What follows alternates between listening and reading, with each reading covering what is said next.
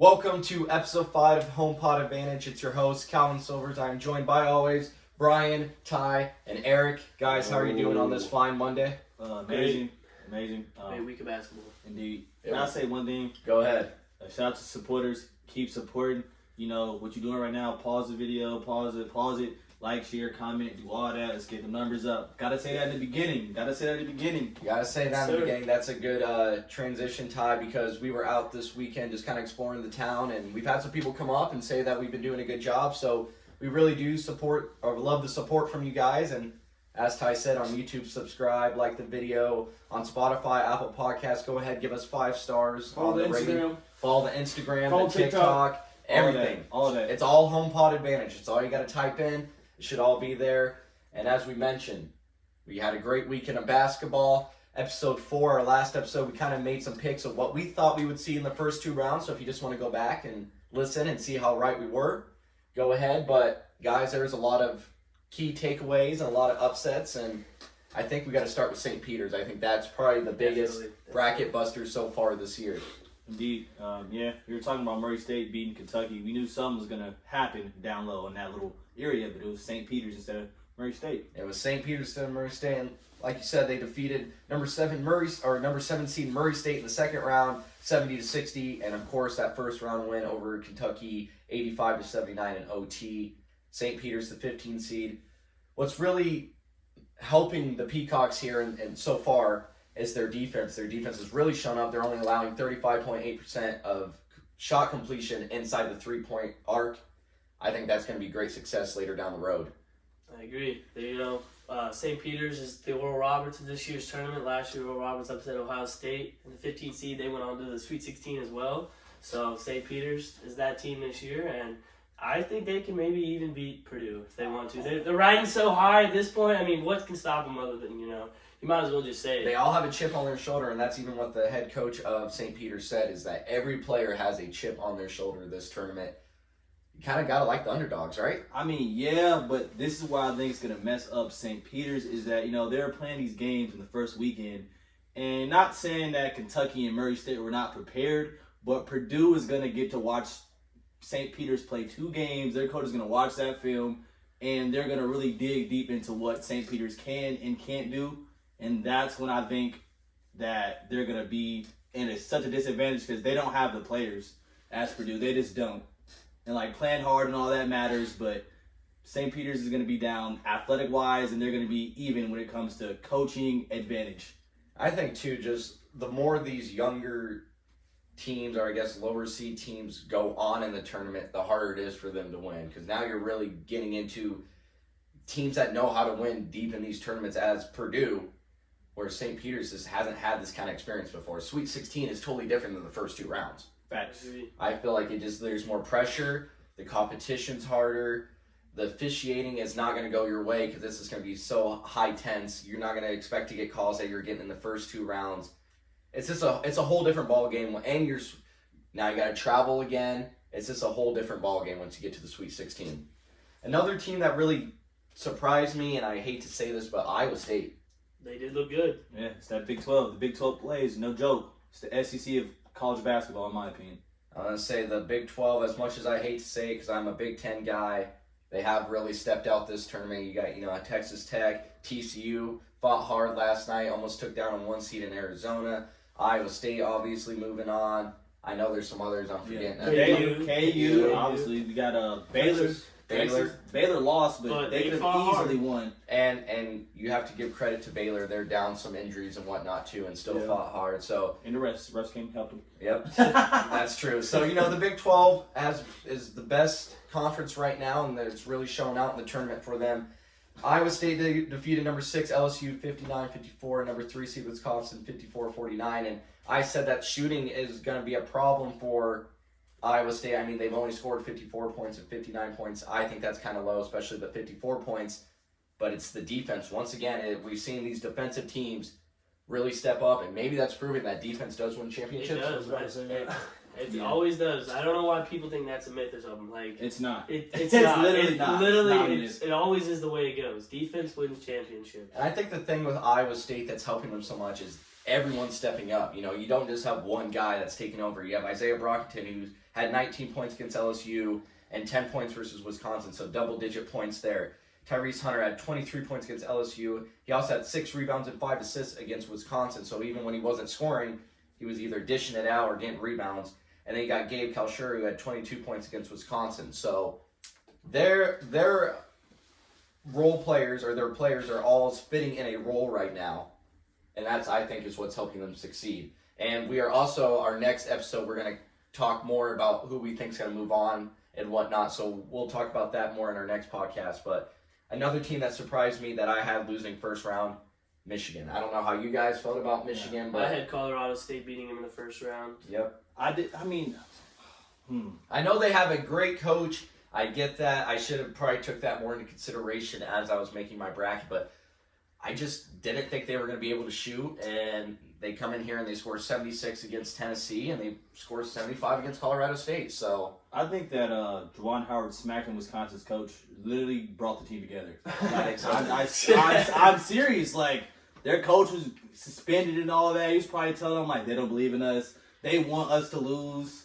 He was giving his team narratives. Like, when I come back, it's like that. And here they are. Sure enough, Sweet 16. Hey, they know they're down to knock down Villanova next. They know their coach is willing to smack the other team's coach, which is, some motivation to some degree. You know that Juwan Howard's going to stand up for what he believes is right. He's going to stand by his players, and don't make that guy mad.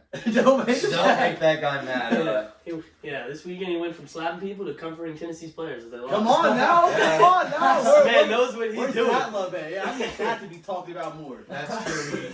He goes from smacking coaches to comforting opposing players, and I don't know. You think he actually cared that deeply, or is this a little? He was probably like, "How long is this gonna keep going on?" Well, you think, he's like, "I gotta go talk to my guys." You think for Juwan Howard, this was kind of a way to put his reputation back up, being seen hugging these other players? To a certain extent, I would say. Yeah, but I mean, you kind of. I mean, you feel bad for the guys. Yeah. I mean, yeah. I'm not sure exactly if the guy who was crying, if that's his last game ever. But I mean, these games are a big deal. You work all year for this, and to go out like that, especially when you're the higher seed and you're expected to win, it's always heartbreaking. Yeah, I think for Michigan, where they're finding success is one from their big man in Hunter Dickinson, 24 points per game, 8.5 rebounds per game, 2.5 blocks, and he's 3 from 6 from three-point land in the tournament. You also got Eli Brooks, 23 points against Tennessee, 16 points against Colorado State. He's the backup, correct? Because their starting point guard, I remember they said that he was out for the Colorado State game. So I know he filled in the big role in the Colorado State game. I'm not sure if that their backup came back for the Tennessee game, but good kudos to him for stepping up in the big game right there and helping it. Stepping up when it matters. And this team they're a second half team too. I feel like in both games, the first half, it's just kind of like, oh, can they do this? Can they pull it out? In the second half, they're just a whole different team. So once again, that could be a recipe for success come later in the tournament if they don't get too far down in the first half, because now you're getting these teams that could really put a game away. Yeah. So what about you guys? I kind of went over my 3 teams or just things that surprised me. Is there anything that has surprised you or something that you've taken away so far in these first 2 rounds? The team I really liked how they played was Miami. I had them beating USC. I probably should have listened to Ty a little more and told him to take an Auburn, and they ended up winning. But I like the way they played. That Isaiah Wong guy he's nuts. That poster he had was ridiculous, and it was on Jabari Smith, who's a top 3 pick projected. It's an impressive play right there. What about you two? Anything that's caught your eyes or? One thing I do want to say is that not caught my eyes, but Kansas is looking exactly how I thought they would, and I still think they're in the driver's seat to win the national championship. So you think they're the best 1 seed? Think about it. Every other team has had a sloppy game where there is a chance they're going to lose. Both games they played, I mean, you could say the Creighton game they could have lost, but they were really in firm control. Even Gonzaga, they basically had a hiccup against Memphis. And Baylor's out. Then Arizona, they just went to battle with TCU. Kansas just beat that team in the Big 12 tournament by a decent amount.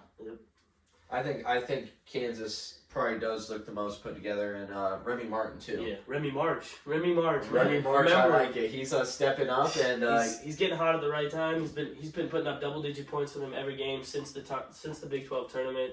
He's really been a big spark off the bench for them, allowing Juwan Harris, who's more on the defensive side of the guy, giving him a break, allow Remy to come in, get 20 or so minutes, and be more of the offensive threat that KU could help needs off the bench. So, yeah, I think what we've seen is there's been a lot of upsets. There's been a lot of picks I wasn't expecting, and it's been a fun first 2 weeks. Yeah, it has. I'm excited for the Sweet 16 and Elite 8 coming up here this week.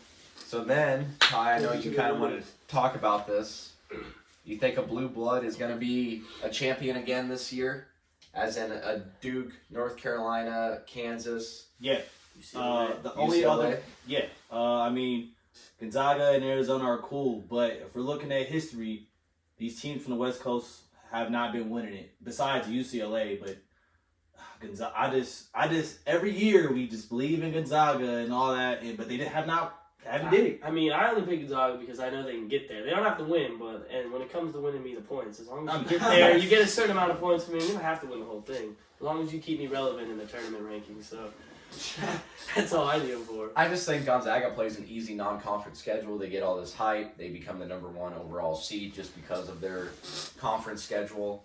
I don't know. Just their conference schedule. Their conference isn't good. It's not good. I mean, yeah. I mean, they have some good teams. St. Like Mary's St. was Mary's 5. San and Francisco was a San 10 seed this year. What those? But they're I mean- still not compared to like how Gonzaga's talent matches up. I agree. Like- But I mean, Gonzaga has some good players. Drew Timme is a beast. Okay, they were down 10 in the at halftime against Memphis, and he came out. He put up 15 straight points to get them back in the game, and that was real impressive. Because his spin move is ridiculous. No, he's a good player. It's like Brian in the paint. Minus the stats. Minus the I'm stats. still working on it. Minus the stats. But yeah, no, he's a great player. Gonzaga, I mean, they're probably going to get at least to the Elite 8 Final Four, I'd say. Like I said, next episode we'll kind of go more in depth there. But before we move on, anything else you guys want to add about what we saw in the tournament the first 2 rounds? I will say, I'll just add this in. I was talking about Murray State earlier in previous episodes and how How faithful you were? how faithful I was in them. And LSU, a tournament team, they lost their coach. Murray State's head coach is now moving to LSU, so watch out for that in years to come. All right, there we go. We'll see what LSU can do in years to come. Let's go back to some NFL. We got a lot to talk about, some free agency we haven't really touched on. First, just want to say Teddy Bridgewater to Miami on a 1-year deal.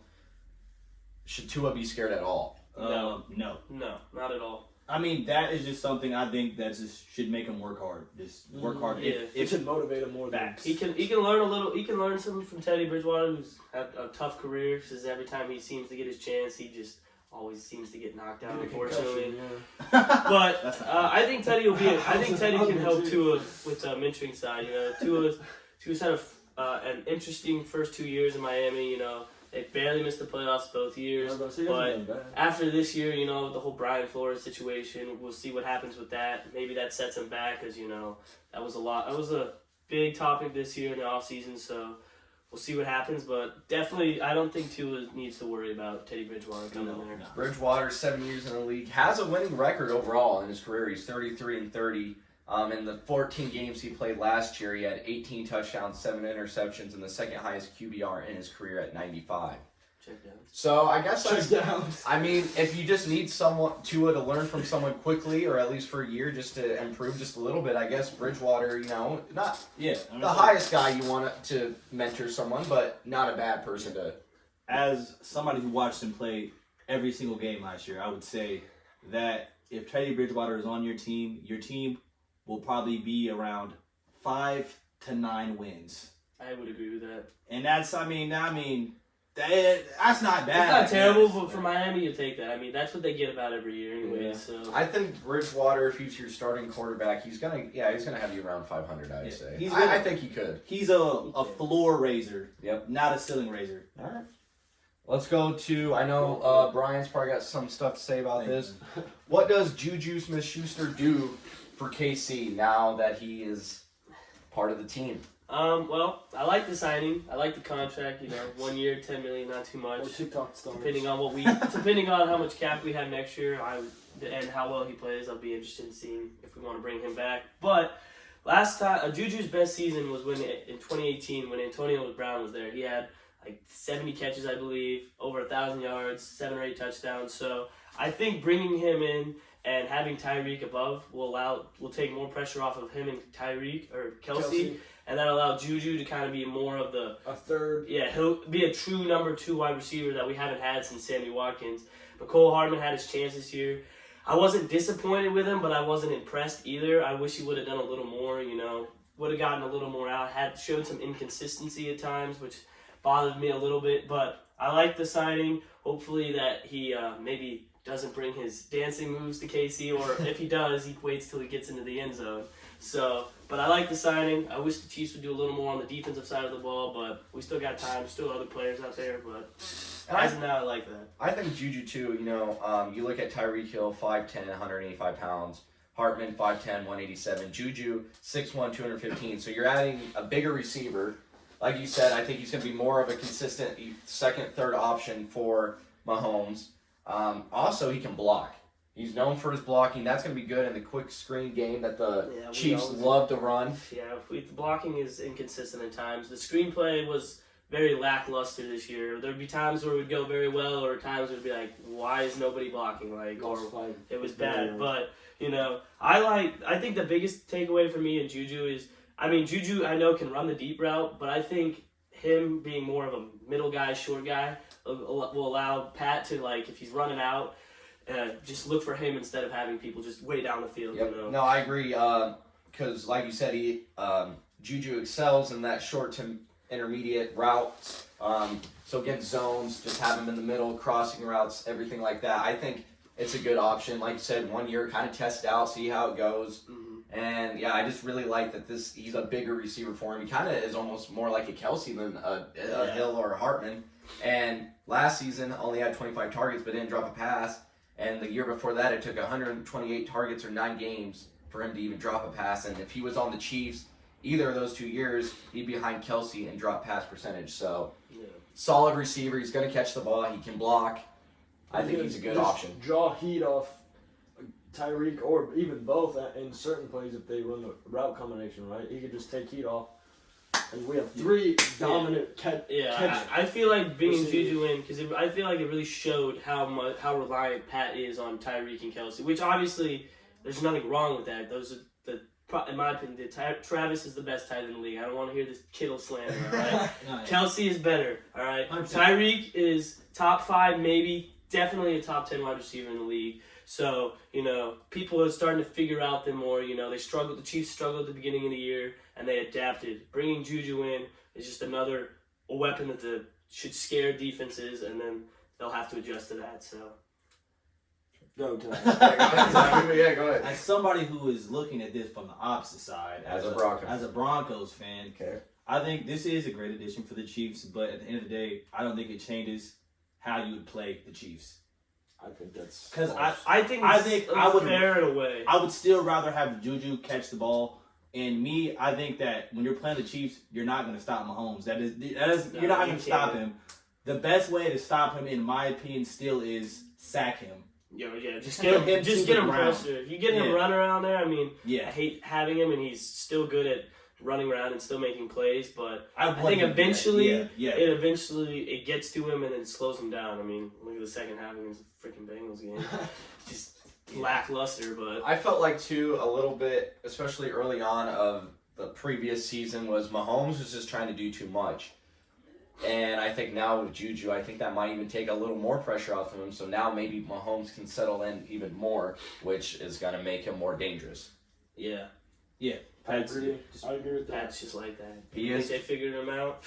Boy, were they wrong. Okay, well, we're going to move on. We'll come back and talk some more QBs and whatnot with Mahomes and Russell and all this stuff, AFC. But let's talk real quick about a quarterback, actually, Deshaun Watson, going to the Browns. 5-year, $230 million. He's going to be paired up with Nick Chubb and Amari Cooper now. As we have been talking about, he won't face any criminal charges, but he could have a punishment by the NFL, as there's 22 civil cases right now with him. But we've seen the NFL and their punishments. I don't think it's anything. No more than 6 games. No more than 6 games. And to be honest, if the Browns are offering him 5 years, $230 million, I know they've done their extensive research. He'll be playing. He'll be playing. They gotta like what's gonna be coming for him if they're gonna offer him that much money. So I hope so. I thought I saw something saying they didn't do that much research, but who knows? Who knows if that's reliable? I saw some that said they did extensive research. So there's some stuff out there floating around. But what do you guys think? Watson to Cleveland. I'm pissed he stayed in the AFC. I don't think. To be honest, I don't think it's going to matter that much because there's all these good quarterbacks in the AFC now. Somebody has to lose, and the Browns are still the Browns for the most part. They have so many more obstacles to hurdle than just the QB. The Browns are historically bad, and I think that, it'll be nice. They'll have a better quarterback, but Deshaun Watson was on the Houston Texans and did everything he could, and he still really never got anywhere as a team, as a whole. I think he'll play great, but as a team, they have a lot more things to... And I'm going to say, besides Cooper, there's not really any receivers that stand out to you on that Browns team. You do have Nick Chubb and... Kareem Hunt as well, that's correct. Which, a good little running attack there. But, yeah, outside of that, I don't know really... What's the ceiling for this team? Not the Super Bowl. Not the Super Bowl. No. Not the Super Bowl. I wouldn't count them out. I'm not saying they are. I'm not saying this lock is the them Browns in. we're talking about. Last year with Baker, people had them as Super Bowl contenders. They had Myles Garrett, who is the second best pass rusher in the league behind T.J. Watt. They have Denzel Ward. They have guys on that defense who can make plays. You bring in Deshaun Watson. You bring in another wide receiver free agency or the draft. They have good tight ends. They have a good O-line. I think that they can make. I wouldn't count them out as Super Bowl contenders. I say that anything maybe. I think they're going to win their division. You almost made me lose my mind there, Brian. You don't think they can win the division? You don't think they can win the division? No. Who's going to win? It's going to be between the people who just went to the Super Bowl. Who played like St. Peter's. They're just riding high on that motivation. Or the most underrated, most disrespected QB in the National Football League, Lamar Jackson. Has something to say about that. Here we Something to say about that. I think if anything, adding Watson for the Browns maybe gets them a playoff win. Maybe. That's a They big. won 2 years ago with Baker. 2 years ago with Baker. That's what I'm so saying. what's the difference? That's if I everything falls think they into just place. don't really have anything right now. Like you said, maybe in a couple of years, you can say they can maybe win one or two. But with what he has right now and what he's facing, maybe in the next year or two, maybe a playoff win. Could Jarvis Landry still go back to the Browns? I mean, he can if he wants to. I know he was gonna. I saw something that him and Leonard Fournette were gonna sign with the Falcons if Deshaun went there. So maybe he goes back to Cleveland. I mean, Julio's a free agent. I don't know who else is out there that wouldn't necessarily be that level, but I know the Bucs are trying to get Julio. Shocker. So, but I don't know. I think Deshaun's just going to come out with vengeance, and he's just going to light it up this year. And he was tough to stop before. He got in trouble, and he was on. And he was on the damn Texans. I mean, I think he could really go off this year, but maybe he's not. But he's had these things before though. He had D-Hop on his team, and he had J.J. Watt. He's had players on his team before. It was just that last year. Only D-Hop. I get that, but I still think the Browns roster as a whole is significantly better than the Houston team he was playing with. I'm not gonna lie either. I think this was the perfect spot for him to go. I just think Cleveland. I think he would have been better in that environment in the Falcons for him outside the football field. I think acting up some more. I think Cleveland, just with their. I think this is just a good way for him to get back into it. I think this is a good starting place for him again.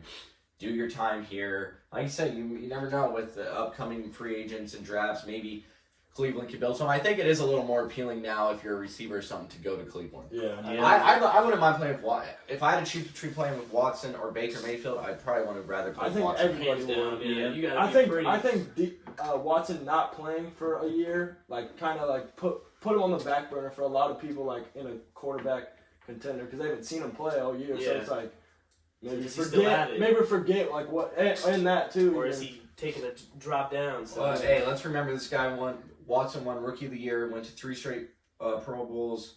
2017, 19 touchdowns, 8 interceptions. 2018, 26 touchdowns, 9 interceptions. 2019, 26 touchdowns, 12 interceptions. 2020, 33 touchdowns, 7 interceptions, and 4,823 passing yards. So he's very capable of. He's a proven QB, unlike a lot of these AFC quarterbacks. Prove it.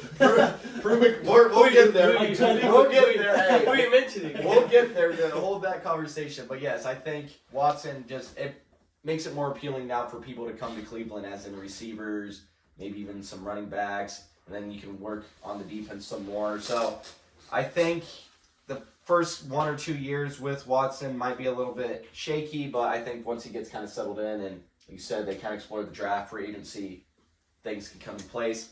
Staying on the topic of quarterbacks, Matt Ryan to the Colts after the Colts traded Carson Wentz. How do we feel about that one, guys? I like the trade. I like the trade for the Colts. It was a decent trade, but I just think it's exchanging some that's what I'm some saying. mid for some mid. I mean, they only gave him a third-round pick for him, which in my opinion, if I'm the Colts, that's a steal. I mean, that is a steal. I mean, Matt Ryan's old, 36. so, but I mean, he's been playing in Atlanta. I mean, he's still a good quarterback. He was MVP 2016, the year they went to the Super Bowl and should have won, but they decided to blow the most historic blow or loss in NFL history to the greatest quarterback of all time. But I like Matt Ryan and Indy. I honestly think I might take them over Tennessee now to win the division. I like that defense. Michael Pittman's a good receiver. He likes to go up and grab it like Julio does. So we'll see what happens, but I like that for the Colts. Yeah, I feel like the game plan does not change. Give it to Taylor 50 times a game, and hopefully in the late game situations, Matt Ryan does not sell. Taylor. I mean, to him every time. That line is that they're great when it comes to run blocking. Pass blocking, not so much, but run blocking and, give it to Taylor and let him do his thing. And Literally. Matt Ryan's that veteran who's, like you said, hopefully he'll make the smart plays when it comes down to it, just being 36 and being in the league for so long.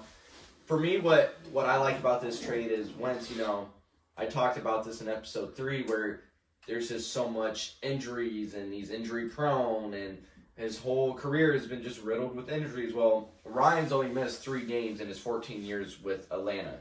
So not trying to jinx anything here, but now you can, our quarterback should play every single game this year. We don't have to worry about, what happens if he goes down, stuff like that. So I think in that regard, it's also a good trade there. Wise man once told me the best trait to have is availability. That's true. Ryan has had at least 20 passing touchdowns in every single year besides his rookie season. And I think another thing, too, is I've heard, people say, well, Matt Ryan's just not very good anymore, blah, blah, blah. But you got to remember, he played on the Falcons, and the past 4 seasons, he's been sacked at least 40 times each season. Yeah, I mean, I would think about retirement, man. I'm serious. So, I mean, he just really hasn't had a chance to succeed. Yeah, I think the pressure will come off of his shoulders a little bit in Indy. People probably look at him and think he's not good because he throws he gets sacked a lot, he throws a lot of picks. But when you're down, you don't really give a crap after that point. You just gotta, you're just trying to get eventually you gotta take a risk. And the Falcons were losing a lot of games this year, and they lost a lot of receivers too. Yeah, with whatever it was, but so I think you have Jonathan Taylor who's becoming a monster in the backfield. That's 25 carries a game right there easily. You have Matt Ryan go out there 25, 30 attempts every game, and you just not even that high. I mean, he might. You don't know. Yeah. He might have to. I would try to put that at his ceiling if it is. And, just let him go do his thing. You got Michael Pittman, T.Y. Zach Pascal just signed with the Eagles today, so he's not there anymore. So they got Mo Alley Cox, who's a good tight end. They should probably look for another wide receiver in the draft, or maybe look to sign Jarvis Landry, like I said, or even Julio. But they definitely need another receiver, though, to help out. I agree. Well, let's transition now to a topic I think you guys will like a lot. What QB from the AFC is facing the most pressure in this upcoming season? I'm going to throw it out right now. I have Justin Herbert, who is under the most pressure. Me too. I'm going to say there's a lot of hopes, a lot of potential that these people think that Justin Herbert has, and I'm just saying the bare minimum next year he has to make the playoffs because all the quarterbacks that are good in this year usually have produced something by year 2 or year 3. I would say he's getting to year 3, and year 3 it's about time to see some. Look what Pat did by year 3. Pat. Lamar won an MVP. Look at Joe Burrow. Joe Burrow. Look what he's doing. It's true. I think Justin Herbert has the most pressure. It's his time. I think it's a few. I agree with that as well. I think I know you're not gonna like this, Ty. It's not like I'm coming for Russell Wilson. I'm not saying he's not gonna get a lot of pressure. I'm just saying he didn't have the best year last year. People questioned it. Injury. I'm not saying he's not. I don't think he's gonna play bad. I don't even think there's that much pressure. But it could really look bad if he comes into Denver and kind of plays how he did last year. I also think Joe Burrow could be a little bit That's of what pressure. I was going to say. That too. You go to the Super Bowl last year. You get all this hype All this behind you, Joe social media Shiesty, hype, or Joe Shiesty. You can't drop a goose egg this year. Yeah, you gotta get at least back to the playoffs and probably win at least one game. I think. I agree with that. I say him and Justin Herbert. Indeed. Yeah, I can see what you guys are saying about Joe Burrow, but to be honest, he made the Super Bowl. I was gonna say, Like, He can catch a break. he can catch It a break. It could just be a 1 year wonder. Now, now if he makes the Super Bowl and then in the next 2 to 3 years he doesn't even get even close to that again, then I'd be like, all right, it was a fluke. Now there's a lot of pressure on him as he goes into the mid-tier quarterback list. Yeah, but for now, I think he could catch a break. To be honest, I mean, no one was expecting him to get there, and look what he did. No, and they just fixed their O-line. They just signed La'el Collins yesterday or today. They signed 2 other guys, so they reworked that whole line. They're doing the Chiefs strategy. So I say if they don't get at least, I say that their floor needs to be 9 wins at least. Yeah. And that's what they are. Who are you talking about? The Bengals. The Bengals, okay. And the Chargers, honestly. Yeah, I would say the Chargers were 9 wins this Especially season, now but they with- missed the playoffs. yeah, you got Great Khalil defense. Mack, and J.C. Jackson. Yeah, that's what I'm saying. Hey, another quarterback, we almost let him slide. I'm not letting him slide. I'm holding him accountable. Josh Allen, you have to do something. That's a good You point. have to do something. You can't just lose the pat or just, oh man, we almost got to the Super Bowl. It was a good game. No. Overtime. Oh no. See, your best highlight of your career so far is losing a game. Hurdles and losing important games. You have to win something, because if you don't win this year, okay, next year, what are we going to say? Then the year after that, what are you going to say? Eventually, making the playoffs and winning a game is cool, I guess. You gotta win more than one. I guess. you're gonna turn into Alex. And I think too the Bills has had a lot of up and downs this year. And like you said, they turned it on and They lose to the Jags. Yeah, and wow, what a game that was. I don't know. I feel like there's a lot of ups and downs, and Josh Allen really needs to figure something out. Like you said, you can argue that the postseason they looked a lot better, but you still can't back him up. Like you said, if his greatest game was a overtime loss to the Chiefs, I mean, in the he playoffs. didn't lose that game though. His defense lost that game. He lost the game. He's He's the leader throwing on the the ball. team. Because if he would have won, we would have said Josh Allen won the game, so he lost it. Yep, that's true. Playoff wins and losses, that's a QB stat. His defense, Josh Allen didn't let the Chiefs go down 50 yards and get a field goal in 13 seconds. So he got his team down there in a minute. He left the And- defense and- to be in that position. 13 seconds though I would be okay giving that to another team with 13 seconds. Anyone but the Chiefs. I mean, I didn't even think we had it. I was in the stands like, it's time to go. Like, let's beat the rush. I always say, man, games come down to, at the end of the day, in the playoffs, it's what team has a better quarterback. And the Bills lost before they got on the field. Yeah, that's true. They lost before they took the field. So let me ask you guys this then. What are your top 5 QBs in the AFC? I have Mahomes at 1, Russell Wilson at 2. Common sense. No. I got, this one could be interchangeable, but I got Joe Burrow at 3, Josh Allen at 4, and then for 5, it's a toss-up between Lamar Jackson and Deshaun Watson. I agree with Pat. That's common sense. Pat's definitely number 1. I don't know. Honestly, I would put Josh Allen at 2. I would put Josh Allen. What has he done, man? What has he What done? has Russell Wilson done in the past? Yeah, He's got Super Bowls. He has He hasn't been to the Bowl. Super Bowl since 10 years 2014. ago. Hey, man, Tom Brady took a 10-year break without winning a ring. And then he won 3 in a row. So we'll see if Russell Wilson does Yeah, that. But I haven't seen the anything last- relatively I haven't even close in seen 5 Josh. years. I haven't even seen Josh Allen get to the Super Bowl yet. At all. At all. Literally He's at been there all. for 3 years. All I'm gonna say is, man, the last time the Broncos got an old QB, and people said he's done, he's washed up. Peyton Manning is so much- I don't remember that. I was too young. I wasn't in the Yeah. I was You know what 11. that was? That was Peyton Manning. You know who Peyton Manning lost to that first year he got there? Russell Wilson. Come on now. And then he went Full on and won the circle. next year after. What's gonna happen with the Broncos? We'll see. But I would put Russell at 3. I'd put Josh Allen ahead of him. I'm putting I would Deshaun at 4. Same. And Lamar Jackson. I'd probably, just so that you guys don't attack me, I'll put Lamar at 5. What about Joe Burrow? He went to the Super Bowl. I gotta see it again. I'm not I'm putting talking about him- right now, your top 5 quarterbacks. I Yeah, don't care I about don't- potential. Right now. I don't care. He's already one did year- it right now. 1 Yes. year doesn't 10 mean years anything. ago. I gotta see multiple. I get it. Joe Burrow had a great year, but that's 1 year. I got to see more. I got to see it consistently. And I've seen it consistently from Josh Allen, Russell Wilson, and even Deshaun before he got in trouble. So I'm putting all 4 of them ahead of Joe Burrow for that exact reason. Let's not forget and Lamar's Lamar done has it an as well. MVP. Lamar's an MVP. Exactly. Most valuable player of the year. Here's another thing, too, that I forgot to mention about just going back real quick about Justin Herbert. You could say, well, it's only his second year in the league and blah, blah, blah, and he's 24, but Allen, Burrow, and Lamar are all 25 years old. Literally, he's not that young. He's not that young. He's at this point, like I said, we should see something from him. That's why I don't even have him in my top 5. No. He doesn't deserve it. He's the 3rd best quarterback in this division. Yeah. Like, come on now. He is Like, but it's. But I mean, I just don't understand. I just don't understand how you guys don't have Joe Burrow higher. okay, but He had the best. look at it like this. He had though. the best season in college. That's college. This is the pros. Listen. Best season in college. His first year or last year he gets injured, or 2 years ago, sorry, he gets injured. Yep. And then this year comes back and goes to the Super Bowl. Okay. Defeats the Chiefs. All right. This is why. This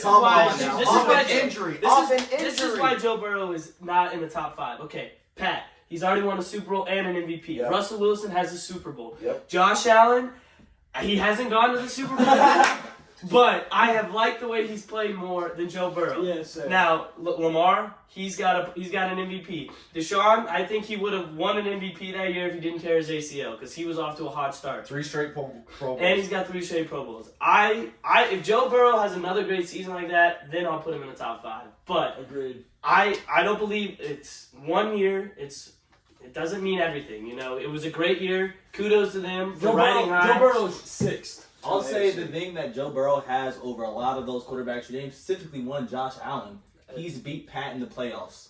That's something that Josh Allen, I don't think he's built like that. It's not in his DNA. I don't know. Josh Allen, I don't think you could do it. Wow, that's bold. I know. To be fair, I don't know what happened to Pat. He must have talked to Brittany or Jackson at halftime or something.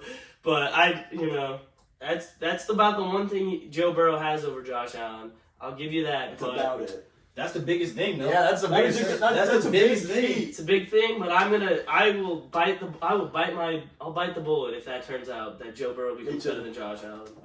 I'm willing to do You that. can you can call me up in 10 years when Joe Burrow has a Joe better career. Burrow Josh has Allen like be like, 5. told you so, Brian. I hope not. I think Joe Burrow is he's cool, but I just think he's better than Josh Allen. Right now? Yes. Yeah, like I'm not even a big Joe Burrow fan. I'm not either. Not really, but Off of accolades and statistics, Which- or not I wouldn't even say You statistics, can't but really compare it to accolades. him. Joe Burrow is better than Josh Allen technically, but I just because he has an AFC conference championship. It's alright. He It's beat fine. Patrick Mahomes. The best- I can see the that. best but I the still best put him quarterback in at the six. AFC. It was we all agreed that Patrick Mahomes was the best, and he went out and beat him in a He- playoff game to get to the Super Bowl. He beat the team that sent Josh Allen home, Yep. packing, crying, sent Bills Mafia back home, back to Buffalo. The Chiefs forgot how to play football in the second half. Let's not forget that. Yeah, let's not forget that. Let's not ride. Let's look at the game. Let's not But then let's Joe go Burrow back. had 1 touchdown, guys. Let's- 1 touchdown. Winners win, Brian. Let's look back. Shout out to his defense.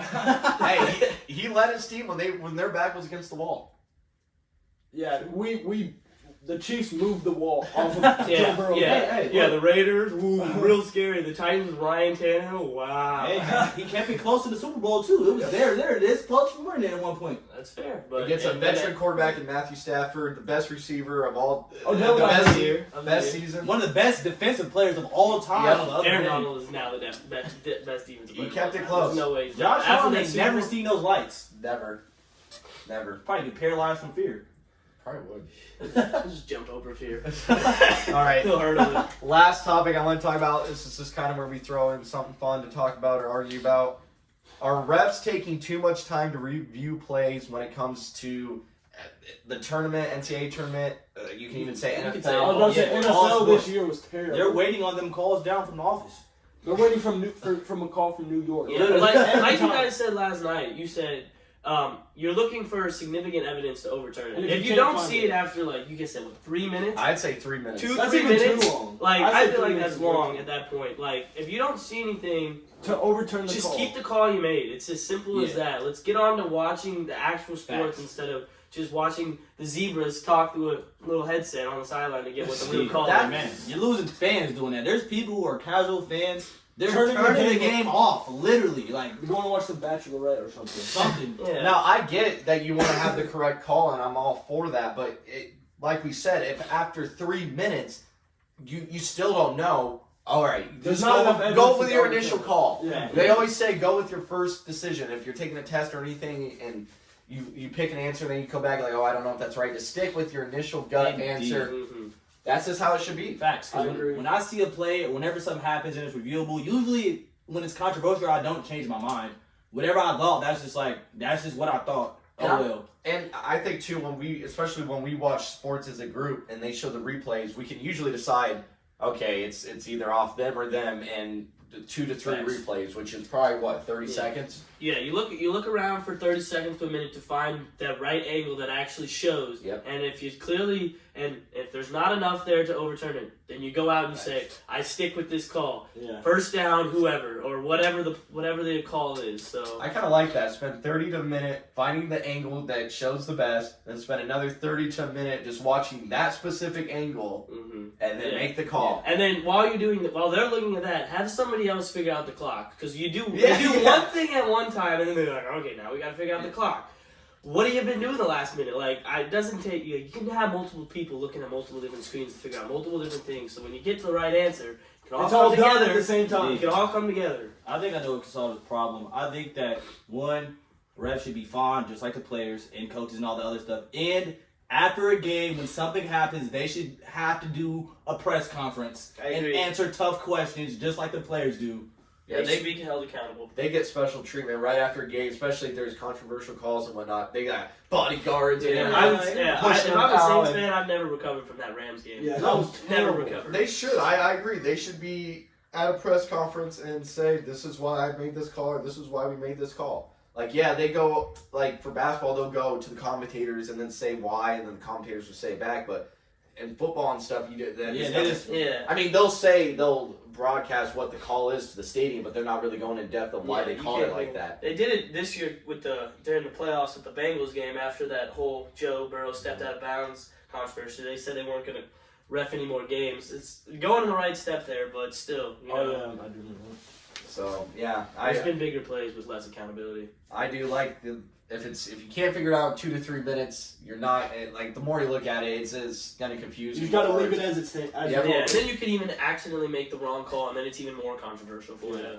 So Because if you overturn it and there isn't enough evidence, then it's like, okay, well, you guys always say there needs to be clear evidence to overturn it, and then you overturn it without it, and then Yep. you just wasted all that time, and then Facts. still made it even worse call than the initial one. I agree. I think we can all agree here that 3 minutes, no more than that, make the call. Yeah. Yeah, if that 3 minutes maximum. Maximum. Well, that was episode 5 of HomePod Advantage. We will be back on Wednesday with a look at our Sweet 16 and what we expect to happen from there. And maybe we'll throw in another topic or two. But as we mentioned, don't forget to follow the socials, HomePod Advantage, TikTok, Instagram, YouTube, Spotify, Apple, Twitch. Apple Podcast. All that. And if you want to hear us talk about anything certain, comment down. We'd love, Amen. we'd love to hear your guys' ideas. Share this to your dads, your uncles. You use a wide variety of age. Just share this to anybody. Girls, share it to your boyfriends. All that. All that. Just share it to anyone that likes sports. Yeah. We were out in Maryville this weekend. Had a lot of people come up, said they love the podcast. So we love the support, and we are glad everyone's enjoying it. On Spotify, Apple Podcasts, make sure you give us 5 stars. YouTube, subscribe, leave a comment. Like you said, follow the socials. We're going to try to be more active there and probably have fan questions and whatnot in upcoming episodes. So a lot of exciting stuff coming up, and we'll see you guys next Last week. thing, just for my reputation, I put a pick of the day on the Instagram, which is the Hornets and Pelicans over. I have a second one. Pistons -5 at halftime. There you Okay, go. I'm gonna take those. Goodbye, I'm gonna everybody. take those today. I'm just gonna bet Post those. them on. Goodbye, everybody. If you are a sports bettor, there you go. Eric's pretty confident. He's locking So it in. some money, and we'll see you guys next week. Indeed. See ya. Bye.